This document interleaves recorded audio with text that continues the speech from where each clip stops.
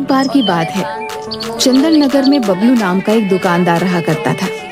उसकी दुकान पर बहुत अच्छे अच्छे कपड़े होते हैं। वह रोजाना अपनी दुकान खोलकर बैठता, परंतु उसकी दुकान से एक भी कपड़े नहीं बिकते। रोज की तरह दुकान बंद करके वह घर पहुंचता।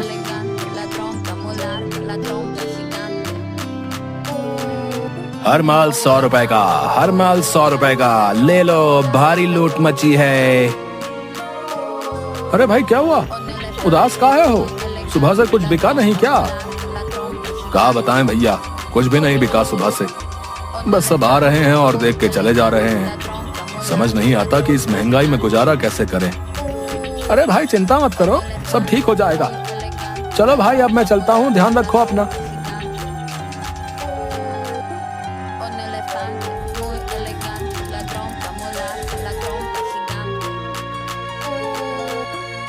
नहीं अम्मा, आज भी कुछ नहीं बिका। बहुत कोशिश कर रहा हूँ पर कुछ बिकता ही नहीं है।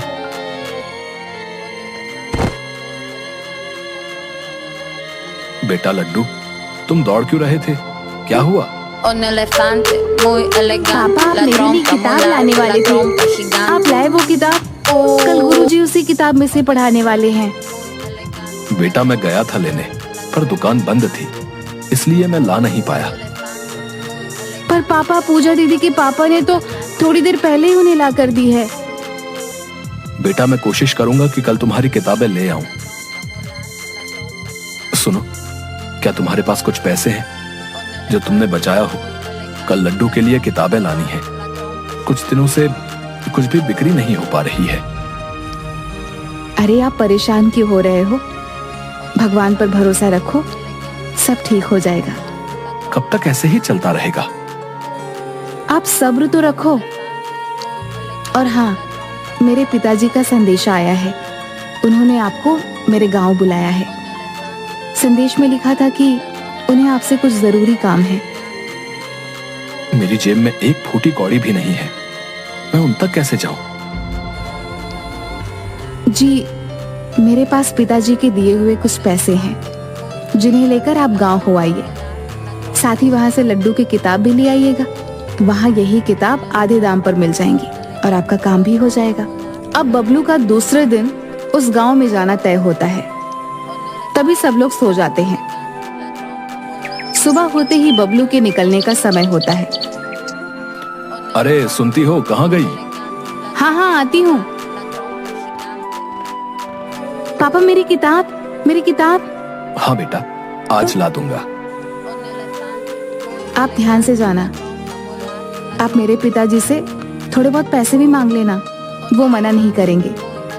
कैसी बातें करती हो तुम? कैसा लगेगा कि मदद करने जा रहा हूँ और वहीं से पैसे लेकर आ रहा हूँ?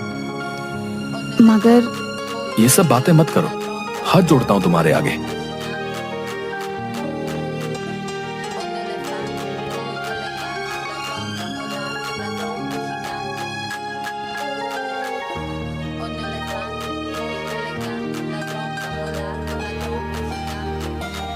अरे अतुल भैया, खिपौना जाने के लिए कोई तांगा या बैलगाड़ी नहीं दिख रही? क्या बताएं मामा, आजकल रास्ते के डाकू ने लूट मचा रखी है। इसी वजह से खिपौना के रास्ते पर कोई भी सवारी गाड़ी ले जाने को तैयार ही नहीं है। यार अभी पैदल निकल जाता हूँ, रास्ते में आराम भी कर लूंगा, तो भी शाम तक पहुंच जाऊंगा। कभी कोई रास्ते में कोई गाड़ी मिल जाएगी तो उसमें बैठकर गांव तक पहुंच जाऊंगा।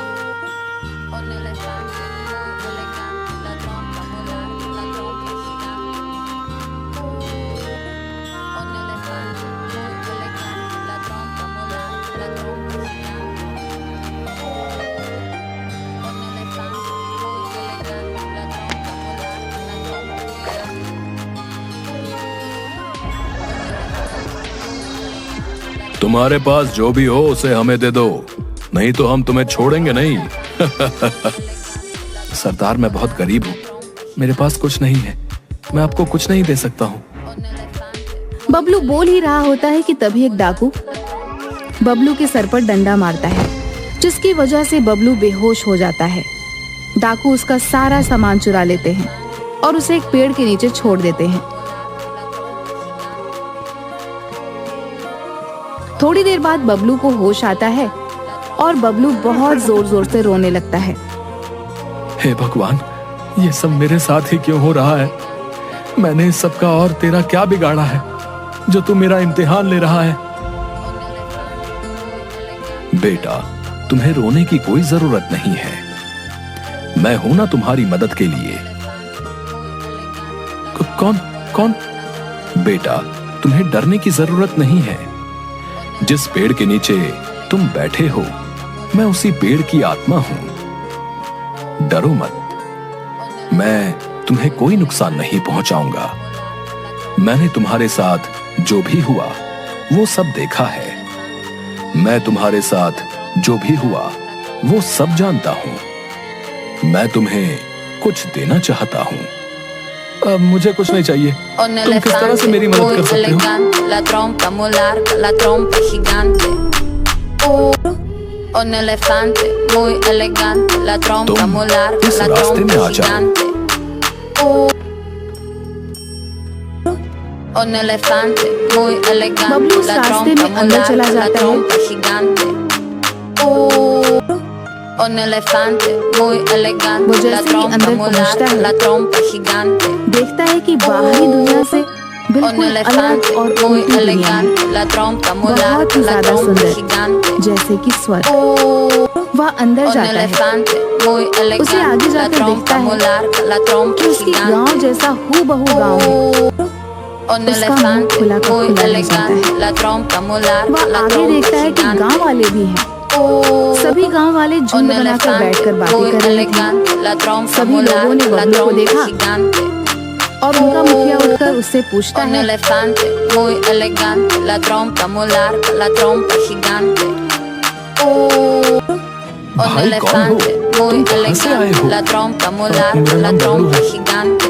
बबलू उसके साथ हुई घटना को बताता है Un कि मैं elefante यहाँ muy ऐसे पहुंचा। elegante, la trompa muy larga, la trompa gigante.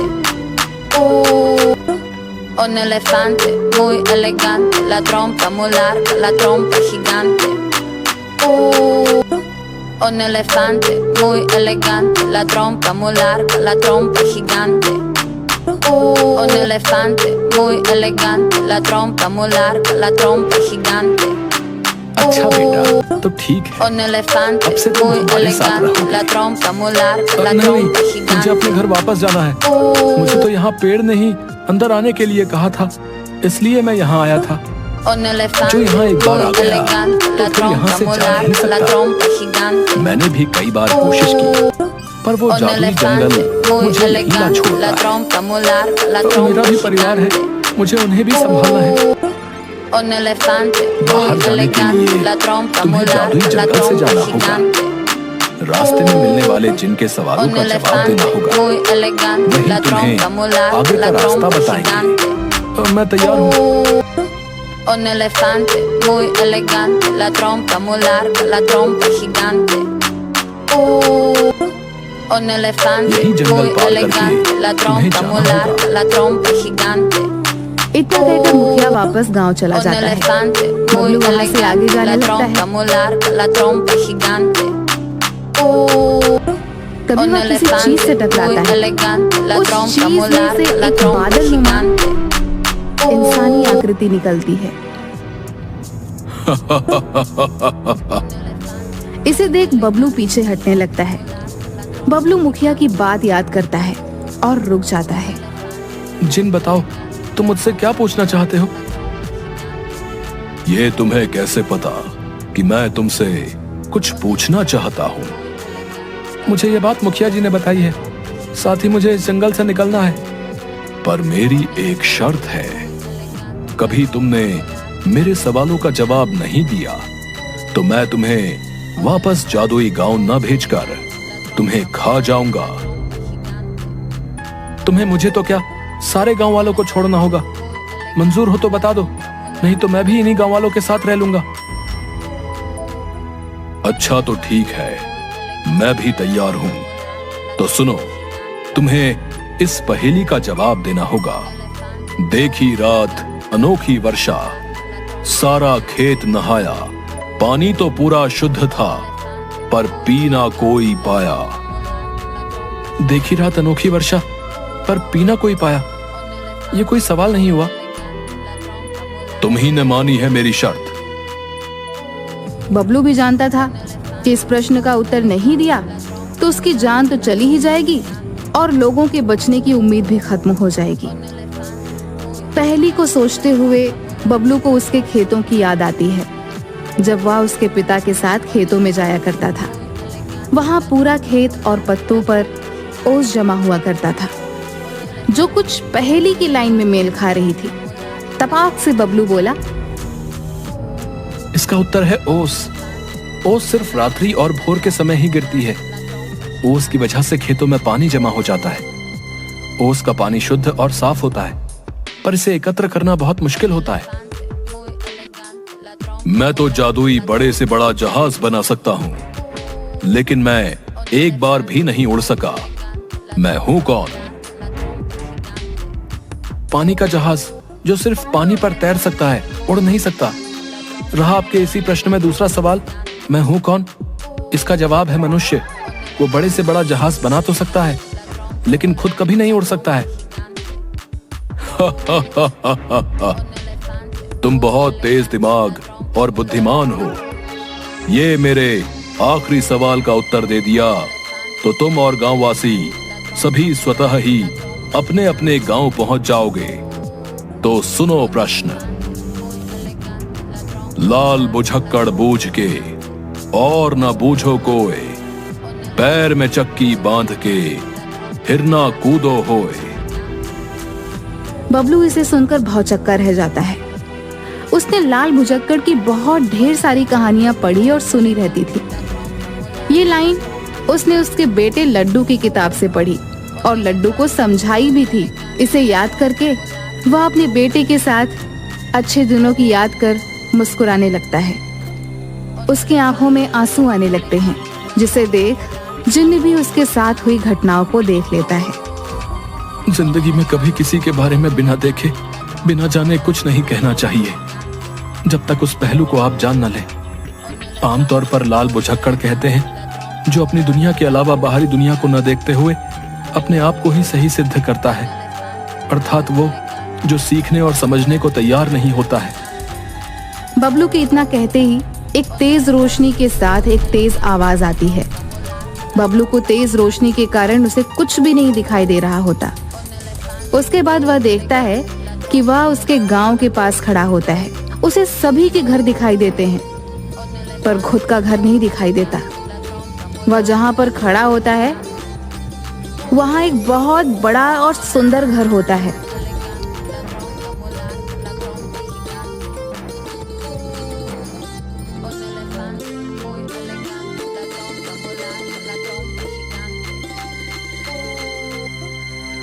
Bablu भैया, ये तो भगवान की लीला है। जो भगवान को करना है वो करके ही रहता है। ये सब कैसे हुआ?